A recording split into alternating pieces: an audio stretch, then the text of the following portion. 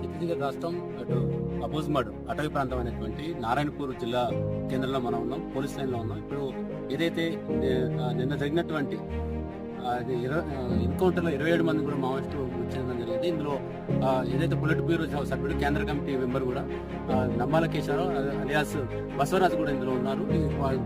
మృతదేహాన్ని గుర్తించడం జరిగింది. ఇంకా గుర్తింపు ప్రక్రియ అయితే కొనసాగుతోంది. 27 మంది కూడా మావోయిస్టు మృతదేహాన్ని కూడా అక్కడ నేరుగా మృతదేహాన్ని భద్రపరిచారు. ఇక్కడ పోస్ట్ మార్టం అనంతరం కూడా మొత్తం గుర్తించే ప్రక్రియ అయితే మొదలవుతుందని తెలిసింది. ఇక్కడ